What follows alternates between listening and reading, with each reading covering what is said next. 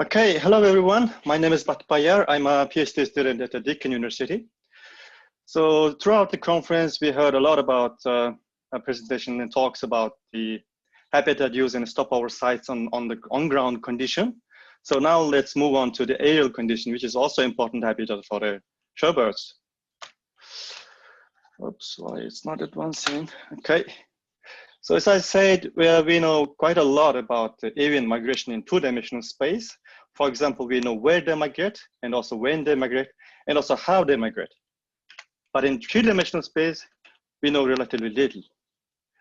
So it's really important because we have these wind farms and airplanes and tall buildings. They all have the potential to impact migratory flight altitude of those shorebirds. In addition to that, they have to cope with different environmental conditions like a temperature, which gets colder as they go up higher, and also what to do with the wind condition. Should they select specific altitude with wind support? And what if there's a cloud or precipitation or rain and snow, and should they go within the clouds or should they fly above or below the clouds? So my research question is, what are the most important drivers of the shorebird migrants flight altitude? So there are existing studies. They mostly use radar observation in US and Europe, and they come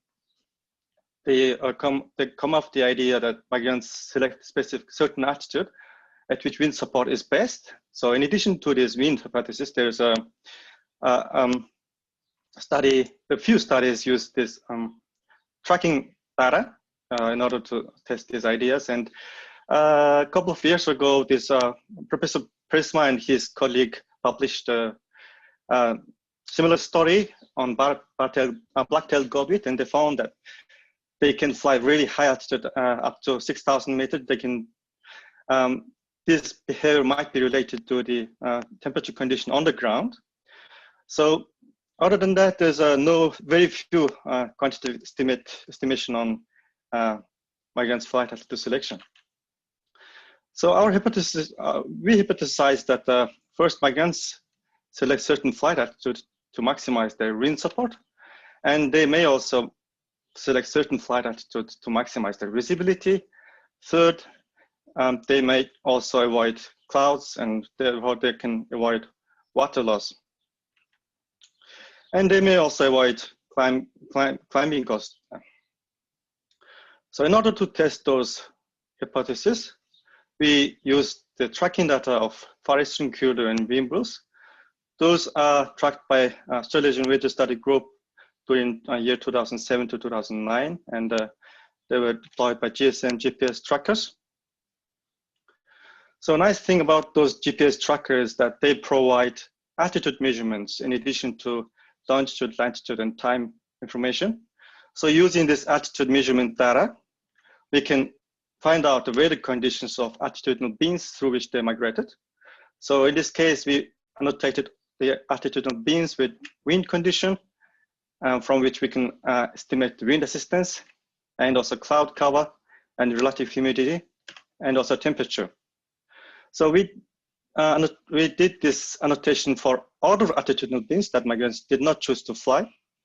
So we undertook this annotation method for all the in-flight fixes.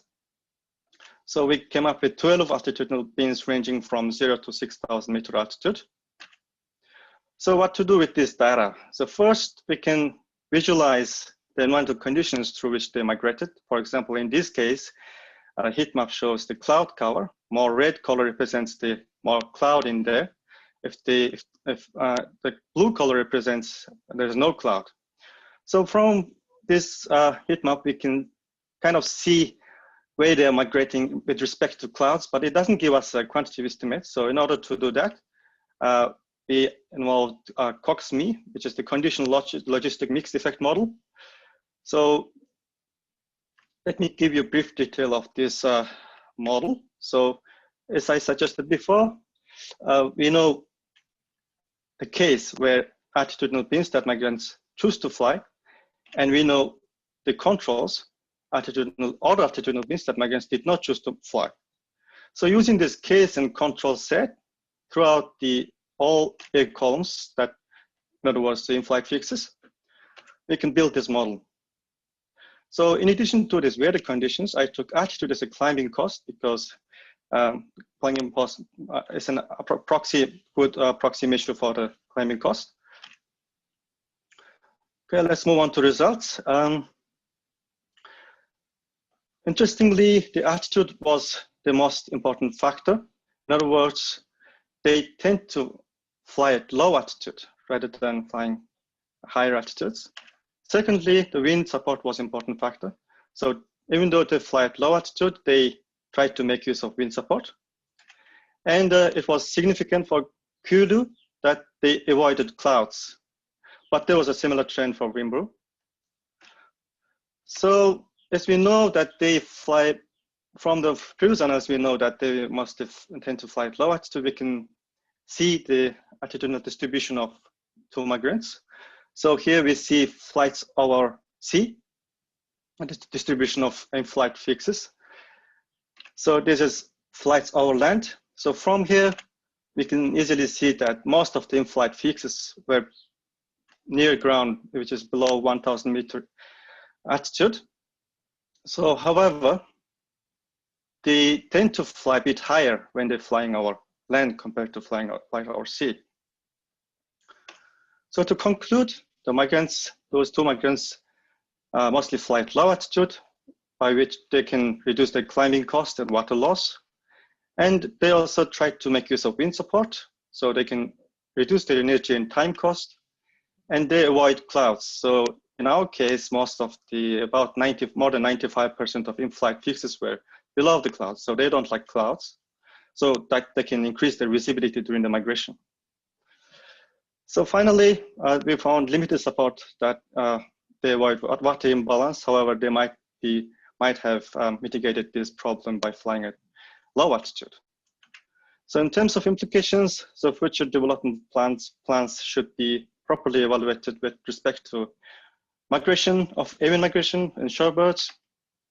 So our next step is to look at large-scale weather patterns that is altered by the climate change and how that affect the aerial habitats of the shorebirds.